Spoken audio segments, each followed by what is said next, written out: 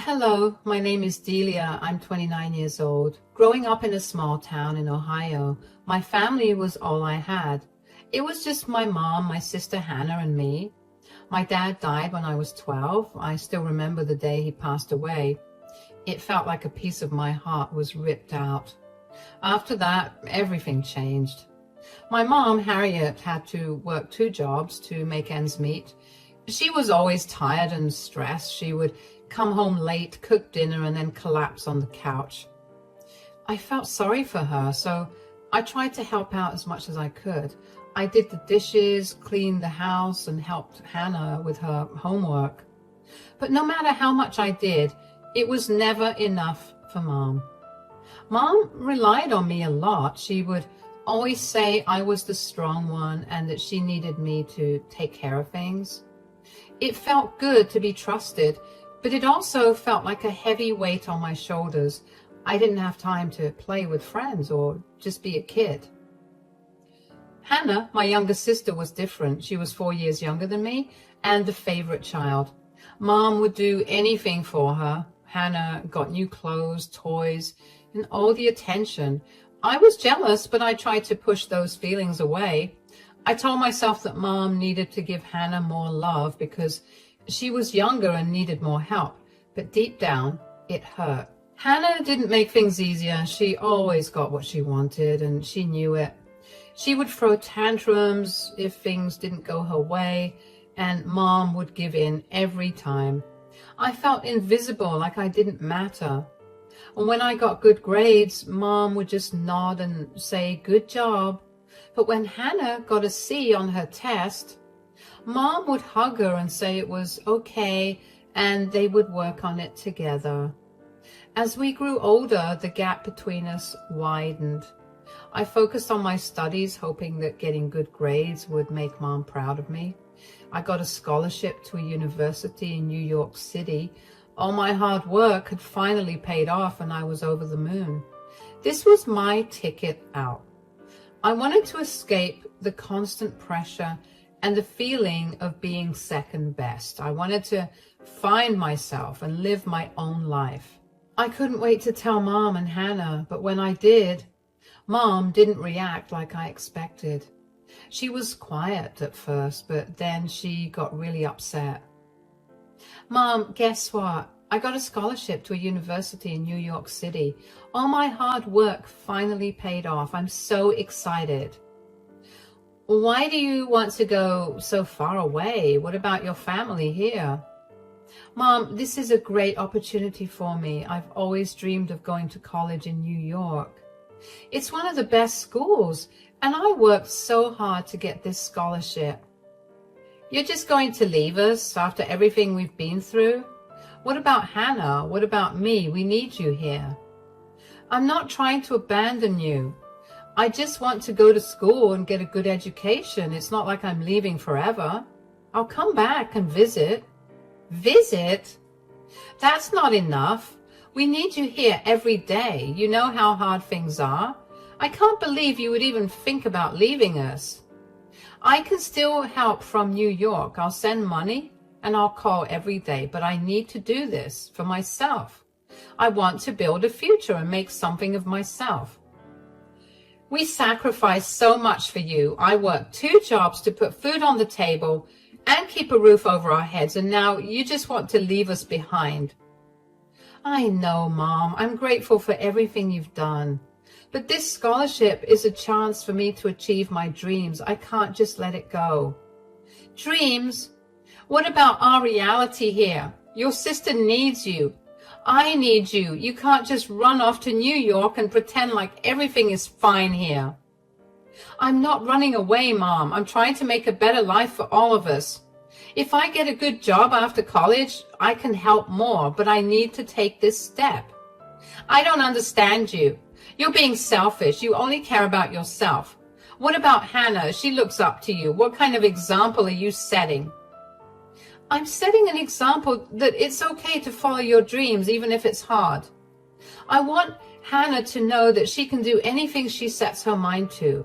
I love you both, but I can't stay here forever." "Fine, do what you want, but don't expect us to be happy about it. You're leaving us when we need you the most. I'm not trying to hurt you, Mom. I just want a chance to live my life. Please try to understand. I don't want to talk about this anymore. Do what you want, Delia. But don't forget who you're leaving behind. I'll never forget, but I have to go. I hope someday you'll understand why. We'll see. That conversation stung. I hated how my mother only saw me moving away as me abandoning the family instead of me going out to not only be myself, but to also help my family out better. I mean, my mom herself has a degree, so I couldn't wrap my head around why she was not happy for me to move out and go to college. Did she want me to follow in her footsteps and struggle? After talking to a lot of my friends, a few of my teachers, and even my school's guidance counselor, I decided to not think about how my mother felt and just move to New York.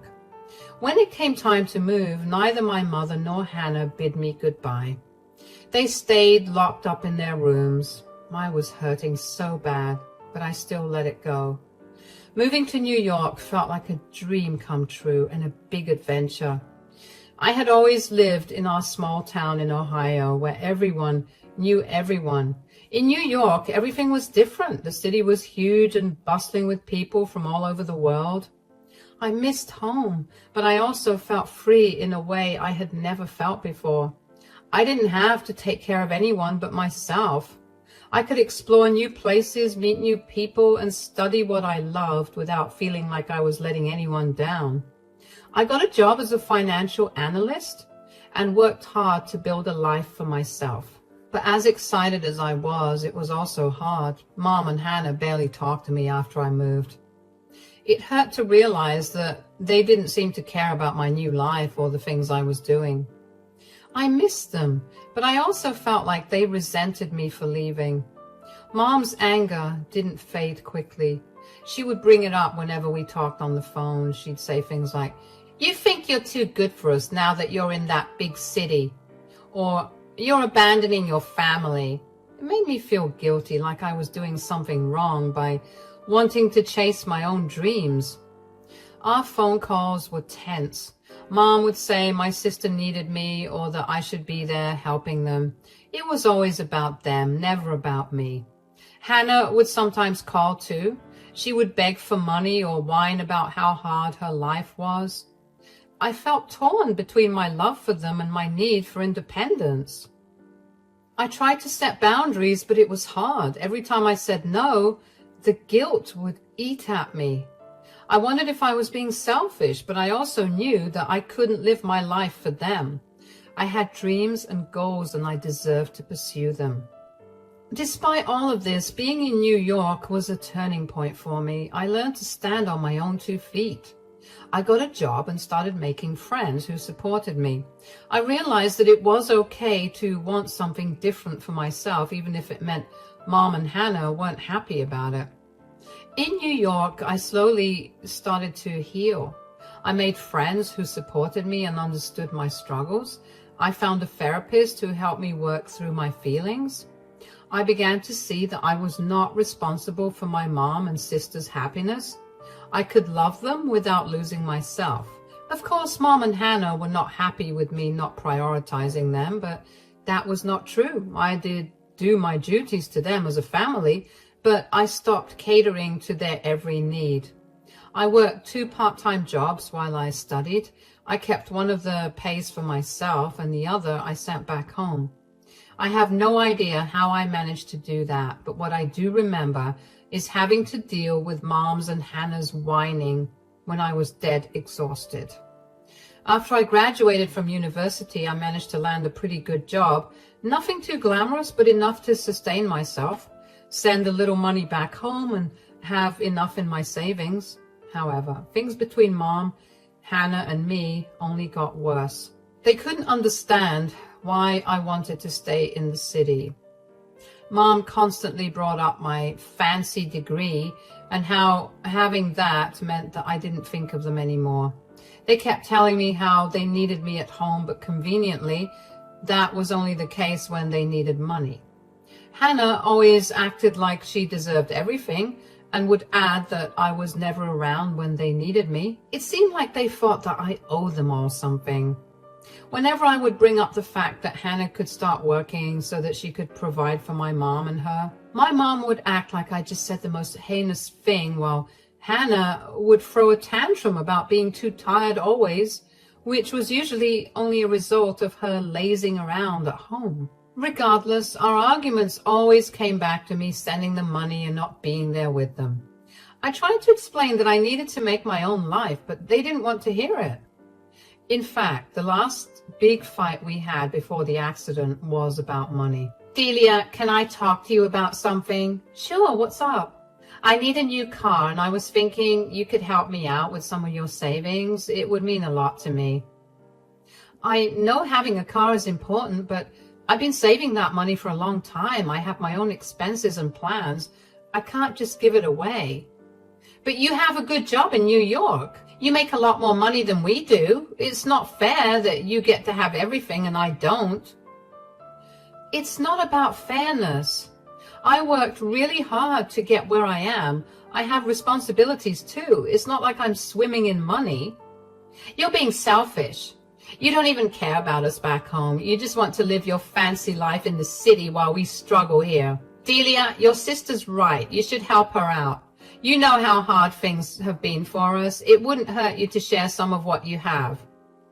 Mom, I've been helping you as much as I can. I send money when I can, but I can't just give away all my savings.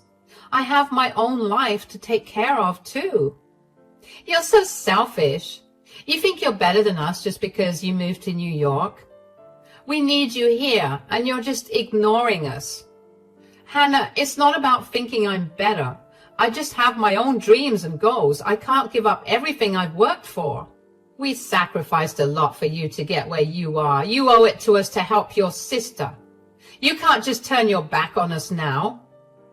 I appreciate everything you've done, but I can't keep giving up my own life. I need to take care of myself too. See, Mom, she doesn't care about us at all. She just wants to live her own life and leave us behind. That's not true. I do care about you, but I can't keep sacrificing everything for you. I need to live my own life too. You don't care about what we're going through. You're just thinking about yourself. I'm trying to balance both. I've done my best to support you, but I can't give up everything I've worked for.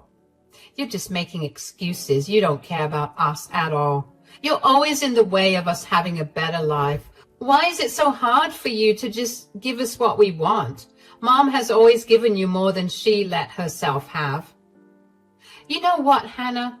Maybe I am in your way. Maybe it's better if I just stay out of it and let you figure things out on your own.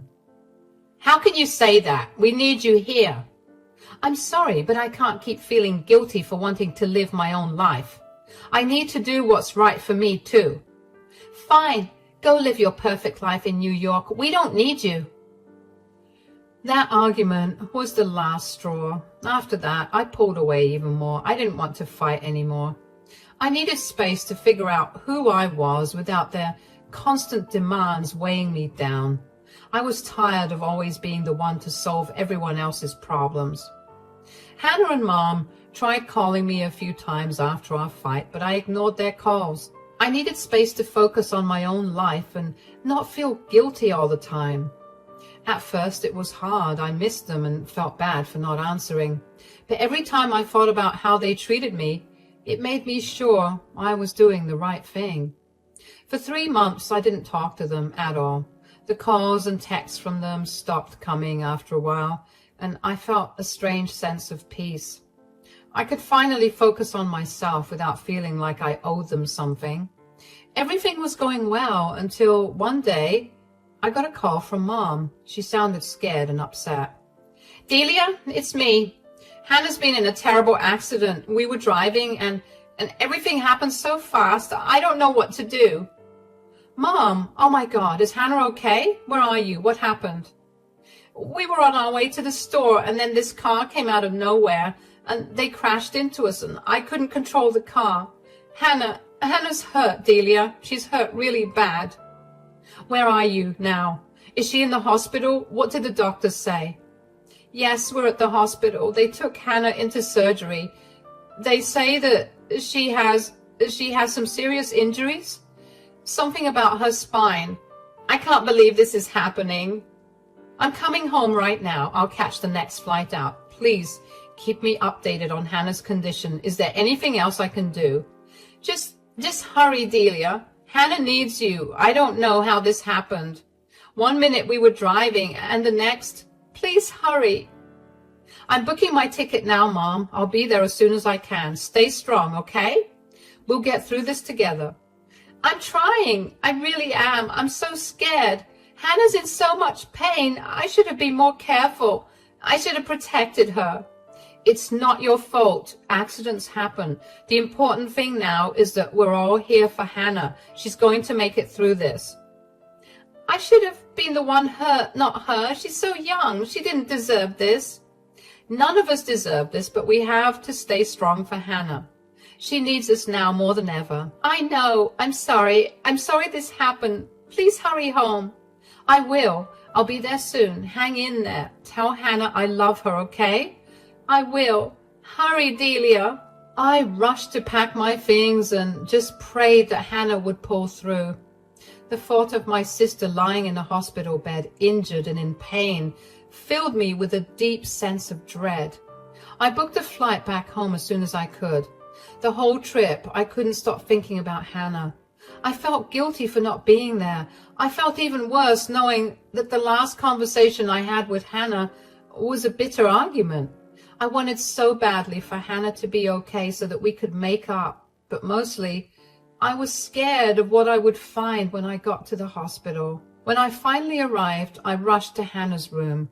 Seeing her lying there, hooked up to all those machines, made me feel so sad and helpless.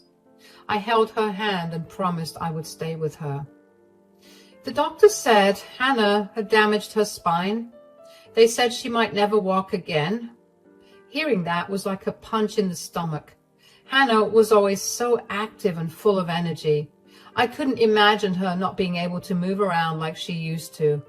Yeah, we had our ups and downs, but that didn't mean that she deserved what she got, or that was what I thought. I stayed with Hannah in the hospital for a long time. I wanted to be there for her and Mom. We didn't talk about our past fights. Right then, all that mattered was Hannah getting better. I helped Mom with whatever she needed and tried to support Hannah as best I could. When Hannah was finally able to go home, I stayed for a while longer. I wanted to make sure everything was okay before I went back to New York.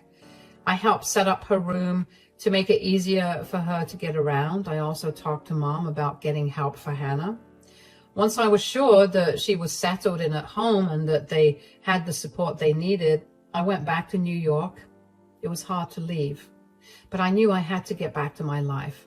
I had a job that I couldn't take leave from. I figured that I could work overtime so I could send my mom some extra money to help take better care of Hannah. For the first 2 months after Hannah was discharged, I made sure to call every morning and every evening to check in on her. Things were tense between us still, but what mattered was Hannah being alive. Eventually they returned to their old ways. They started begging me to come back home. Mom would say things like, "Delia, we can't do this without you," and "Your sister needs you here." Hearing Mom say those things made me feel so guilty. I loved Hannah and wanted to help, but I also had my own life in New York. I know I'm coming off as entitled here, but the truth is, I knew that with my field of work, it would be very difficult to find a job back in my hometown. I stuck to my word and sent my mom money every single month to take better care of Hannah. Letting go of New York meant letting go of job stability. The last thing I wanted was to struggle like Mom. Mom would remind me of all the sacrifices she made for me growing up. I felt like I owed her, but I also wanted to be my own person. Hannah would call too, her voice shaky and sad. She said, "I need you, Delia. I can't do this without you." I could hear the pain in her voice and it broke my heart. I was so conflicted. Part of me wanted to drop everything and go back home, but another part of me knew I had worked hard to build a life in New York. The guilt kept eating at me, making me feel like I was failing both my family and myself. After a lot of contemplation, I decided to simply take the matter up with my boss. Thankfully, he was very understanding and told me that I could work from home for however long I needed. I rushed back home to help my mom and Hannah, and my mind finally felt at ease. One day, I helped Mom clean out the car. It had been a few months since Hannah's accident and things were still tough. As I was sorting through the stuff in the car, I found a small device under the seat. It was a dash cam. I remembered Mom saying that she got it for safety, but I had forgotten about it. Curious, I took the dash cam inside and plugged it into my laptop. I wanted to see if it had recorded anything before the accident. As the video played, my heart started pounding. I saw Hannah and Mom in the car. They were arguing about something. Then I heard Hannah say, "I'll make sure she gets out of our way." My stomach twisted in knots. The footage showed Hannah driving recklessly, swerving and speeding. My heart sank as I realized how dangerous it was. The video cut off just before the accident happened. I felt a mix of anger, sadness, and betrayal. Why would Hannah do something so reckless? I immediately knew that what she said had been a reference to our previous argument. Was she really that desperate for a car, that she was willing to completely change her life? I felt tears welling up in my eyes. It was hard to believe my sister, who I had always tried to help, could be so careless. I felt a deep sadness for what happened to her, but also a burning anger. I wanted to confront her, but I didn't know if I could handle what she might say. Finding that footage changed everything. It made me question everything about our relationship and the sacrifices I had made for my family. Once the feeling of betrayal subsided, red-hot anger surged through my veins. I couldn't shake the feeling of betrayal and anger. It was clear that Hannah's reckless behavior wasn't just a mistake. It was a selfish act that endangered their lives, all over Hannah not getting what she wanted. I had always tried to be there for them, but this was too much. I couldn't believe how reckless and manipulative Mom and Hannah were. I knew I had to confront them, so I went into the living room, grabbed Mom's hand, and led her to Hannah's room, where I called a family meeting. When I showed Mom and Hannah the footage, their faces went pale. Mom started crying, and Hannah looked down, avoiding my eyes. I was furious. "Hannah, how could you? All this because you wanted a car? You don't understand. Hannah was just upset. She didn't mean for this to happen. I can't believe you're trying to justify this. Hannah, you were reckless and selfish. You put yours and Mom's life at risk." "I'm sorry. I didn't mean things to turn out like this. I'm really sorry." "Sorry isn't enough. You could have killed yourselves." "How could you be so careless over something so trivial?" "I just wanted to have a car like my friends. I didn't think it would end like this." "Mom, you always defend her, no matter what she does. I can't live in a place where I'm not safe." "Safe? What on earth are you going on about?" Hannah was willing to not only risk her life, but she was also willing to mess with other people's lives. And you, Mom, are willing to defend anything she does. She's lucky only she got hurt. If somebody else did, she'd be thrown in prison. I have to go. I can't trust either of you anymore." "You can't leave us right now." "Why are you always judging me? You think you're better than us because you went off to college. Newsflash, you aren't. You had privileges I never got, and you never thought to share them with me or Mom. Those privileges only came to me because I worked until I almost dropped. Those privileges came to me because my mom made me support the family since I was young. You could have had the same privileges, but you were too spoiled. Mom never let you do anything, and you never had the drive to do things yourself. You've always been so entitled to everything that you never thought about me. You complain about me not thinking about you and Mom? Did you and Mom ever wonder how I managed to survive? No, all you ever cared about was yourselves and your needs. I cannot be around you two anymore. I'm leaving. I need to be somewhere where I feel respected and safe. Delia, please don't leave us. We'll change. Things will be different. No, Mom. I've made up my mind. I'm done with the guilt trips and manipulation. I don't want anything to do with either of you. What about the car insurance? You said you'd help me with it. I'm removing you both from my insurance. I won't be manipulated anymore. Delia, we're sorry. We'll do better. Please don't cut us out like this. I need some space to figure things out. Maybe one day things will change, but for now, I have to go. Fine, leave then. We don't need you anyway. I dealt with a lot of Mom's and Hannah's hand, but seeing what extent they were willing to go to just to get their way terrified me. They completely derailed Hannah's life just because she couldn't get a car. Cutting off my family was necessary for my own well-being. Despite their pleas and tears, I stood firm in my decision. I needed to prioritize my own safety and happiness, even if it meant walking away from the people I loved and cared for. Packing my things was hard. I didn't want to leave the home where I grew up, despite everything, but I knew staying would only bring more pain and resentment. I left without looking back, moving back to New York to start over. After I left, I wondered what would happen to Mom and Hannah. At first, I felt guilty for leaving them, but I knew I couldn't stay in a place where I felt unsafe and unappreciated. For the first few weeks, they tried calling and texting me, begging me to come back. Mom left tearful voicemails, saying how sorry they were and promising things would change. Hannah sent angry messages blaming me for abandoning them. I stayed strong, though. I needed time to heal from all the hurt and frustration. 4 months passed without any contact from them. I focused on my studies and made new friends who respected my decisions. It wasn't easy, but I knew it was the right choice for my well-being. I heard from a mutual friend that Mom and Hannah were struggling. Without my help, they had to figure things out on their own. Mom was upset and kept asking about me to anyone who would listen. Hannah, on the other hand, seemed to be facing consequences for her reckless behavior. It saddened me to hear about their struggles, but I couldn't go back to the way things were.